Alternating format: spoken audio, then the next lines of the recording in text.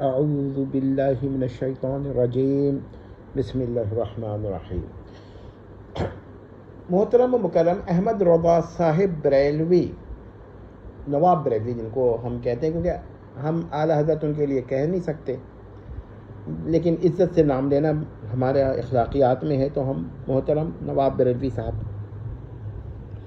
کہیں گے۔ محترم نواب بریلوی صاحب کا عقیدہ ہے کہ رسول اللہ صلی اللہ علیہ وسلم کو کل علم کان و یکون الی یوم القیامہ تھا۔ اب یہ آپ کو اگر یہ بات سمجھ میں آتی ہے تو ذرے ذرے کا تفصیلی، یعنی کہ اگر اب تو ذرے میں الیکٹران پروٹون بھی آ گئے ہیں، تو الیکٹران اور پروٹون تک کا ہر ایٹم کے پورے کائنات میں الیکٹران اور پروٹون تک کا تفصیلی علم وہ رسول اللہ کے لیے مانتے ہیں، ماضی حال مستقبل قیامت تک۔ قیامت کے بعد وہ یہ علم نہیں مانتے، یعنی جنت میں کتنے ذرے ہیں ان کو یہ علم دعویٰ نہیں کریں گے وہ بانس بریلوی صاحب۔ اب آپ کو یہ مسئلہ سمجھ میں آ گیا۔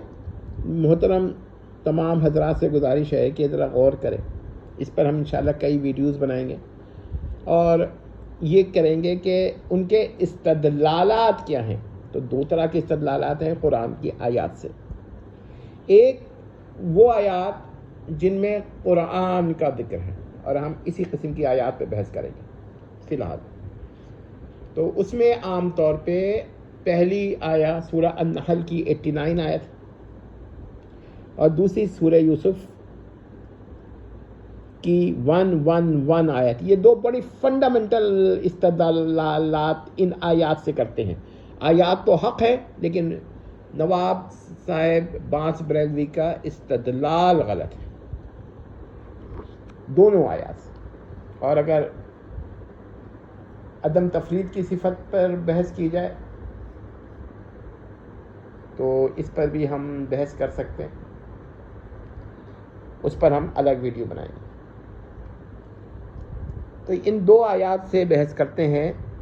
اب احادیث پہ جب آئیں گے تو وہ الگ بحث ہوگی۔ ابھی ہم فی الحال اللہ کے فضل و کرم سے ان دو آیات پہ بحث کریں۔ تو ان دو آیات سے استدلال نہیں ہو سکتا۔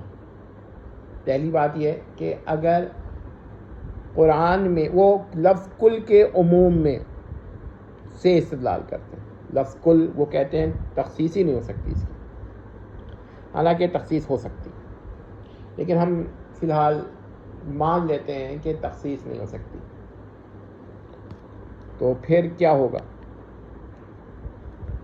پھر پہلا اعتراض تو یہ ہے کہ کل علم کان و یکون الی یوم القیامہ، اس کی قید کیوں ہے؟ لوح محفوظ کی ذکر کیوں ہے؟ اب اس پہ ذرا غور کرتے ہیں۔ دیکھیے احمد رضا صاحب بریلوی ان دو آیات سے استدلال یہ کرتے ہیں کہ قرآن میں ہر موجود کا علم ہے، کیونکہ شیء کا لفظ موجود کے لیے وہ لیتے ہیں ان آیات میں۔ اگرچہ یہ ٹھیک ہے کہ لفظ شیء موجود کے لیے حقیقی معنی میں استعمال ہوتا ہے، لیکن ان آیات میں نہیں ہے، لیکن وہ لیتے ہیں۔ چلیے مان لیتے ہیں تھوڑی دیر کے لیے کہ لفظ شیء کا حقیقی معنی موجود ہے، اور وہ احمد صاحب بریلوی صحیح لے رہے ہیں۔ تو یہ کس کی صفت بنی؟ لیکن اس سے تو پھر ہر موجود کا علم ہوا، کیونکہ واقعات مستقبلہ جو ہیں وہ تو معدومات میں سے ہیں، تو ان کا علم کیسے ہوگا؟ پہلا اعتراض ہو گیا، یعنی موجودات کا علم۔ جس وقت یہ آیت نازل ہوئی اس وقت جو موجودات تھیں، چلیے ان کا علم ہو گیا، تو مستقبل تو معدوم ہے، اس کو یہ موجود کیسے مان لیتے ہیں؟ اب احمد صاحب بریلوی استدلال، ان کو بھی احساس تھا کہ ان کے استدلال میں بنیادی خامی کیا ہے، تو انہوں نے استدلال یہ فرمایا، یہ استدلال بھی غور کر لیجئے، کہ بھئی ہر موجود کا قرآن میں علم ہے، تو لوح محفوظ بھی تو ایک ہے موجود، اور لوح محفوظ میں جو کچھ لکھا ہے وہ بھی موجودات ہیں، تو ان کا بھی علم ہو گیا، یعنی قرآن میں یہ تمام علم ہو گیا۔ اب پھر وہ اب آگے بڑھتے ہیں اور وہ یہ کہتے ہیں کہ قرآن میں جب ہر موجود کا علم ہے اور لوح محفوظ کا ہر لفظ موجود ہے جو لکھا ہوا ہے اس پہ، تو پھر کیا ہوگا کہ قرآن میں جمی موجودات واقعات قیامت تک کے واقعات کا علم ہے، کیونکہ لوح محفوظ میں قیامت تک کے واقعات کا علم ہے۔ یہ ہے استدلال. تو اب وہ کہتے ہیں بھائی اب اس پہ یہ سوال ہوتا ہے یہ تو قرآن کی صفت ثابت ہوئی نا. وہ کہتے ہیں رسول اللہ کو پورا قرآن آتا تھا, پورا قرآن کا علم تھا, اور پورا قرآن کے علم میں یہ اس کے لوح محفوظ کا بھی بیان شامل ہے. تو پھر قرآن کے اندر جو کچھ شامل ہے وہ نبی کے علم میں آ گیا, تو نبی کو بھی علم الغیب ہو گیا. علم الغیب تو یہ کہتے ہیں, لیکن زیادہ ٹیکنیکل لفظ اگر آپ چاہیں تو کہیں گے کل علم ما کان یکون الی یوم القیامہ. الی یوم القیامہ کی شرط یاد رکھیے گا. اب ہم محترم کے ماننے والوں سے نہایت ہی ادب کے ساتھ گزارش کرتے ہیں کہ ٹھیک ہے مان لیتے ہیں کہ قرآن میں ہے, لیکن اس سے یہ لازم تو نہیں آتا کہ قرآن کے جو کل علم ما کان یکون الی یوم القیامہ ہے, وہ جو علم ہے یہ نبی کو بھی اللہ تعالیٰ نے عطا کیا. کیا دلیل ہے اس پر؟ حدیث سے کوئی دلیل پیش کرے. کیونکہ نفس ہم تو یہ مانتے ہیں کہ قرآن کی تمام تفاسیر کا بہترین علم نبی کو ہے, مگر اس علم کا جو آپ ثابت کرنا چاہ رہے ہیں یہ تو قرآن کے اندر داخل نہیں ہے, کیونکہ یہ تو متن میں ہی نہیں ہے. مثال کے طور پر پے کا لفظ ہے قرآن میں نہیں ہے, تو پے کا بیان ہوگا قرآن میں؟ آپ کہیں گے ہوگا, حالانکہ پے تو عربی ہی نہیں ہے. اچھا جی, اب یہی بات ہے تو پھر الیاذ باللہ اس کا مطلب ہے کہ گیتا بھی قرآن میں موجود ہے, وید بھی قرآن میں موجود ہے. کہاں تک بات جائے گی؟ حتیٰ کہ بانس بریلی کا نام بھی قرآن میں موجود ہے, یا بانس بریلی کا مفصل تفصیلی علم بھی قرآن میں موجود ہے. یہ کس طرح کی بات ہے؟ تو اب احمد صاحب بریلوی کو بھی اس کا اندازہ تھا کہ ان کا استدلال کہاں تک جاتا ہے, اس میں خامی کیا ہے.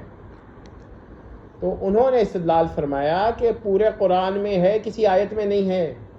یعنی عربی قرآن کی عربی جو متن ہے نا اس میں موجود نہیں ہے, پھر بھی قرآن کا بیان ہے. یہ ایک جگہ انہوں نے بیان کیا. تو یہ بڑی عجیب بات ہے کہ پورے قرآن کی صفت قرار دیتے ہیں, کسی آیت کی نہیں, کسی سورہ کی نہیں, کسی لفظ کی نہیں, کسی جملے کی نہیں. کس طرح کا یہ نظریہ ہے؟ تو انسان جب ضد پہ آتا ہے نا تو پھر وہ یہی باتیں کرتا ہے, یعنی سب کچھ کرے گا مگر کل کے تخصیص کو وہ قائل نہیں ہوگا. اچھا جی, تھوڑی دیر کے لیے مان لیجئے کہ ایسا ہی ہے.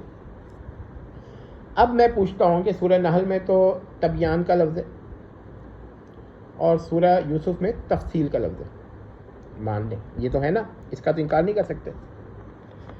تو یہ تبیان اور تفصیل کس قسم کی صفات ہیں؟ یہ سوال ہے. یہ ذاتی ہیں کہ عطائی ہیں؟ اب اگر آپ کہتے ہیں کہ عطائی ہیں تو ہم کہتے ہیں کہ یہ تسلیم نہیں ہوگا آپ کے اصول پر. کیوں؟ کیونکہ احمد صاحب بریلوی صدق کو قرآن کا لازم مانتے ہیں. آپ سبحان السبوح دیکھیے گا, اس کے حواشی دیکھیے گا, آپ یہ کہیں گے لازم تک کہا ہے انہوں نے, کہیں نہ کہیں حواشی میں کہا یا متن میں کہا, میں ذہن میں نہیں ہے, کہا ضرور ہے یقینی طور پر کہ صرف لازم کس کا؟ قرآن کا. اور اگر آپ اس میں دیکھیے تو کیا کہتے ہیں, وہ کلام لفظی اور کلام نفسی کا فرق ہی نہیں مانتے, اس کو خطا قرار دیتے ہیں.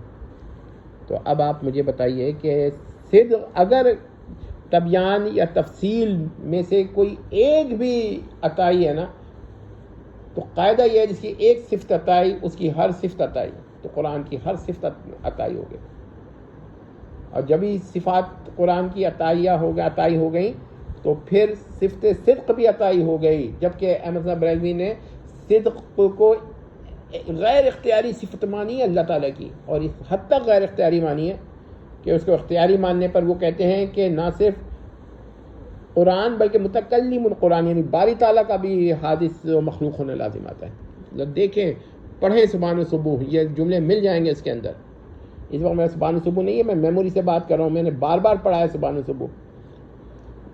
تو اس کا مطلب یہ ہوا کہ یہ تو وہ مان نہیں سکتے کہ قرآن کی جو صدق ہے وہ عطائی ہے, کیونکہ جو صفت ایسی غیر اختیاری ہو کہ جس کو اختیاری ماننے سے باری تعالیٰ تو ایک جانب, قرآن تو ایک جانب, باری تعالیٰ کا بھی حادث و مخلوق ہونا لازم ہے, وہ ذاتی ہوتی ہے, وہ عطائی نہیں ہوتی.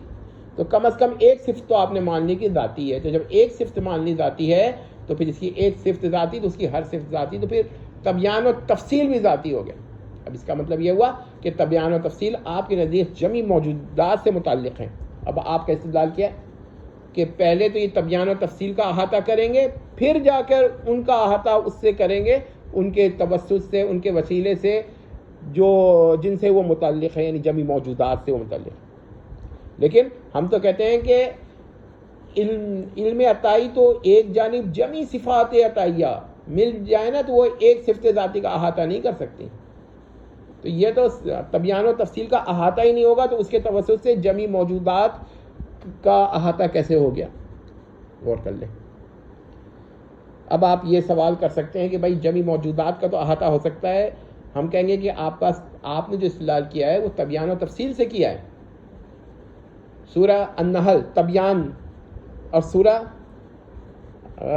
یوسف تفصیل، تو تبیان و تفصیل کا اگر احاطہ نہیں ہوگا تو جن سے یہ دونوں صفات متعلق ہیں ان کا بھی احاطہ نہیں ہوگا۔ یہ آپ کی ترتیب رکھی ہے کہ قرآن کے تکمیل نزول قرآن سے ان صفات کا احاطہ ہوا اور اس سے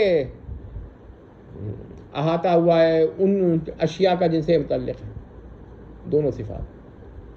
دیکھ لیجئے، ہم نے تو پہلے اسٹیج پہ کہہ دیا کہ یہ احاطہ ہی محال ہو گیا، محال عقلی ہو گیا، کیونکہ علم عطائی ایک علم عطائی تو ایک جانب جمی مخلوقات کی صفات عطائیہ بھی مل جائے تو ایک صفت ذاتی کا احاطہ نہیں کر سکتی۔ جب صفت ذاتی کا احاطہ نہیں کریں گی تو پھر خواہ وہ تبیان ہو تفصیل ہو یا دونوں ہو، احاطہ ہی محال ہو گیا۔ تو ان سے جو لازم آتا ہے ان کے احاطے سے کہ جمی ان موجودات کا احاطہ، کیونکہ اسی ترتیب سے لازم آ رہا ہے، وہ بھی محال ہو گیا۔ اور محال ایسا محال جو غیر مقدور ہے، وہ امکان ہے کہ اس سے بڑا محال عقلی ہو گیا، جو آپ کے اصول پہ تو کذبی محال ہے نا، مان لیا تو یہ بھی تو محال مانے کہ بھائی نبی کا کل علم کان یکون الی یوم القیامہ جو ہے یہ نبی پر محال عقلی ہے، کیونکہ اس سے محال عقلی کے توسط سے لازم آ رہا ہے، بلا واسطہ نہیں آ رہا۔